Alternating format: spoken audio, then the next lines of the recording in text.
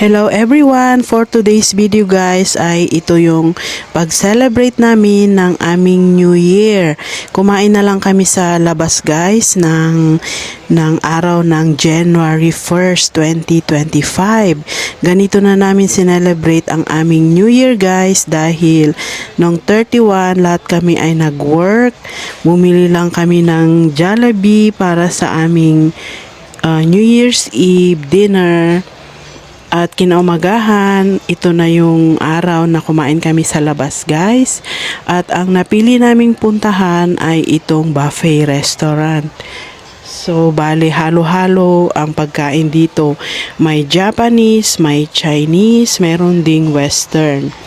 So, mas maigi na dito guys para mapili namin kung ano yung mga gusto naming kainin. So, dito kami sa may Walk of Fame pumunta guys. Ayan, ito yung mga pagkain, mga Chinese food. Yan. Dami nilang mga variety na mga Chinese food.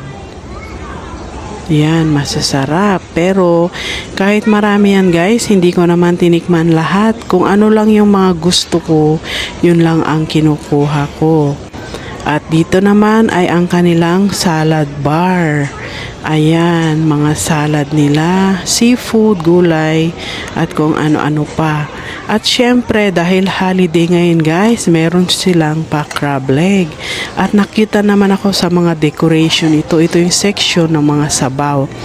At ito naman yung mga sushi. Ayan, balik na naman tayo sa isang area. Ito naman ay mixture ng Chinese food at may Western din, kagaya ng pizza at kung ano-ano pa. Ayan. Ito yung mga fries, spring roll, at etc. etc. Ayan guys, yung mga pagkain dito. At meron din sila yung gagawa ka ng mixture and then papaluto mo sa kanila sa flavor na gusto mo. At ayan, enjoy kami sa pagkain.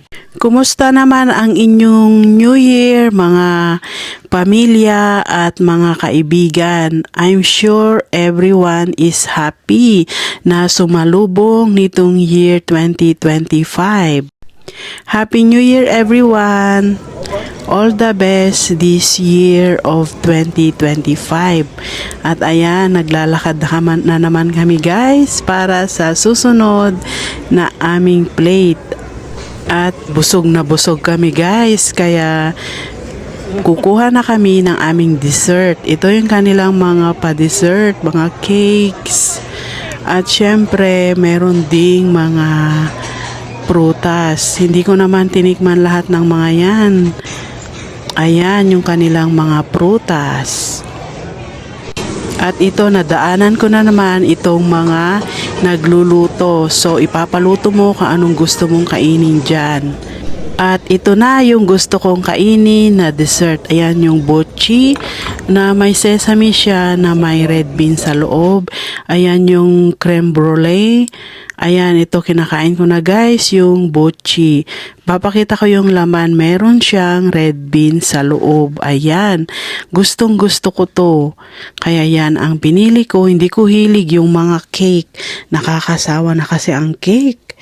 Kaya ito yung mga gusto ko, at saka yung pritong saging, at saka meron yung steam custard bun. Yun ang pinili ko na aking dessert.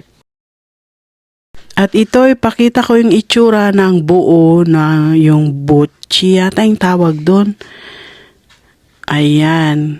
Kumakain na kami ng dessert guys dahil busog na kami.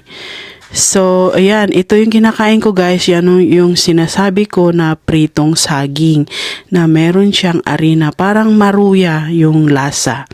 Yan. So, ayan lang for today's video guys. Thank you so much for watching and I will see you again on my next one. Thank you so much. Bye! Happy New Year everyone! All the best this year 2025 for all of us. Thank you so much. Bye!